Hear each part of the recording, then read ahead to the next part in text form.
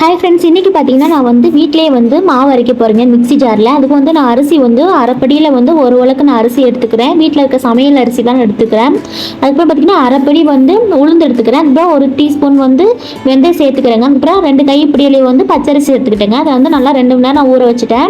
இட்லி தோசைக்கெலாம் வந்து அரிசி ஊறப்பட்டாங்கன்னா எப்படியும் வந்து 4 மணி நேரம் 5 மணி நேரம் ஊற வைப்பாங்க. நான் வந்து பார்த்தீங்கன்னா 8 மணிக்கு தான் நைட் 8 மணிக்கு தான் அரிசி ஊற வச்சேன். பார்த்தீங்கன்னா ஒரு 10 மணி வந்து நான் வந்து அரைக்க ஆரம்பிச்சிட்டேன். அரைச்சி நான் வந்து சட்டில் ஊற்றி வச்சுட்டேன். பார்த்தீங்கன்னா ஃபஸ்ட் டைம் அரைக்கணும் தண்ணி ஊற்றி அரைச்சினாலும் ரொம்ப தண்ணியாக வந்துச்சு. செகண்ட் டைம் கூட பரவாயில்ல, நான் இந்த மாதிரி அரைச்சி எடுத்துக்கிட்டேன். எனக்கு வந்து அரிசி உளுந்துலாம் எவ்வளோ போடணும்னு தெரியல. சரின்ட்டு நானாக வந்து சரி போட்டு இந்த மாதிரி போட்டுக்கிட்டேன். சரி எப்படி வரும்னு தெரியல. காலை தோசை இப்போ பார்த்தீங்கன்னா வந்து நான் வந்து உப்பு சேர்த்துட்டு மாவு நல்லா கரைச்சி வச்சிடுறேன். நான் வந்து வீட்டிலலாம் எனக்கு அரைக்க தெரியாதனால கடையில் தான் நான் வாங்கி வந்து மாவு வாங்கி இட்லி தோசை ஊற்றிப்பேன். சரி இப்போ ஃபஸ்ட் டைம் வந்து நான் வீட்டில் வந்து அரைக்கலாம் மிக்ஸி வச்சிடலாம் அப்படின்னு சொல்லிட்டு எனக்கு தெரிஞ்சதுக்கு நான் வந்து நான் மாவு அரிசி இந்த மாதிரி தான் போட்டுக்கிட்டேன்.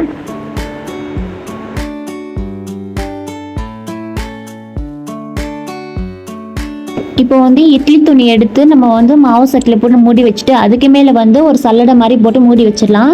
இதுக்கப்புறமா நான் நைட்டில் எழுந்துச்சு போய் பார்த்து மாவு வந்து பொங்கவே இல்லை. அதுக்கப்புறம் 5 மணிக்கு எழுந்துச்சு பார்த்துட்டு ஒரு சட்டியில் தண்ணி வச்சு அதுக்கப்புறம் மாவு அதில் வச்சுட்டு வந்து படுத்துட்டேன். இப்போ பார்த்தீங்கன்னா 8 மணி இருக்கும். தோசை ஊற்றலான்ட்டு இப்போ மாவு எடுக்க போனேன். இப்போ வந்து மாவு கொஞ்சம் பொங்கி வந்திருக்குது. இப்போ பாருங்கள் கொஞ்சம் பொங்கி வந்திருக்கு. இப்போ வந்து நம்ம தோசை ஊற்றி பார்க்கலாம், எப்படி வருதுன்னு தெரில, பார்க்கலாம்.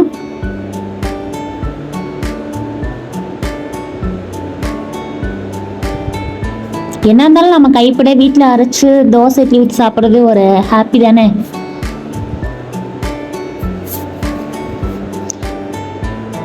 எனக்கு அப்படியே ஒரே சந்தோஷம், நம்ம அரைச்ச மாவு நம்மளே வீட்டில் ஊற்றி சாப்பிட்றோம்னு சொல்லிட்டு. இது வந்து நீங்கள் நினைக்கலாம் இதெல்லாம் ஒரு பெரிய விஷயமா அப்படின்னு சொல்லிட்டு.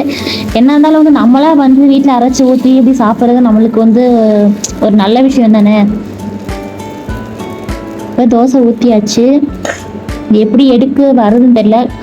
கடையிலேருந்து வாங்கிட்டு வந்து மாவே ஊற்றினாவே இந்த தோசைக்கல்லில் வராது. நான் வந்து அதுக்கு முன்னாடி நல்லா சின்ன வெங்காயத்தை நல்லா வந்து கல்லை போட்டு தேய்ச்சிட்டேன். அதுக்கப்புறம் தான் தோசை மாவு ஊற்றினேன்.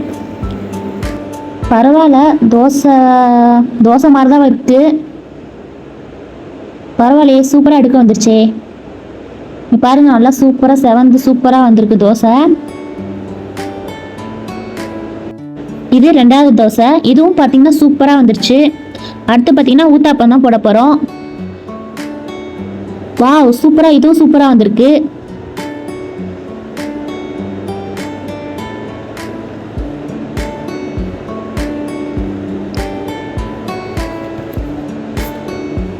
சூப்பராக அப்படி பஞ்சு மாதிரி நல்லா வந்திருக்குது.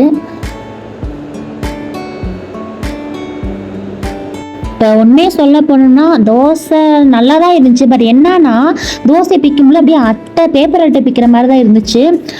டேஸ்ட்டு ஓகே நல்லா தான் இருக்குது. ஆனால் வந்து அந்த தோசை பிக்கிறதுக்கு தான் ரொம்ப கொஞ்சம் கஷ்டமாக இருந்துச்சு. மற்றபடி வேறு ஒன்றும் நல்லா தான் இருந்துச்சு. இதில் வந்து ஏதோ மிஸ்டேக் நான் விட்டுருக்கேன். ஒன்று வந்து பச்சரிசி மாவு வந்து 2 கை நிறைய அள்ளி போட்டுட்டேன். அதனாலயா என்னன்னு தெரியல. எனக்கு வந்து நான் ஒரு படி அரிசிக்கு வந்து அரை படி உளுந்து போட்டிருக்கேன்.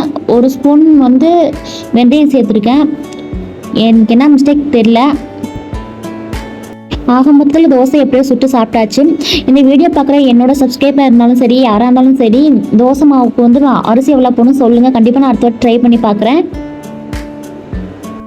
ஓகே ஃப்ரெண்ட்ஸ், வீடியோ பிடிச்சா லைக் பண்ணுங்கள். நம்ம சேனலை மறக்காமல் சப்ஸ்கிரைப் பண்ணுங்கள். தேங்க்யூ.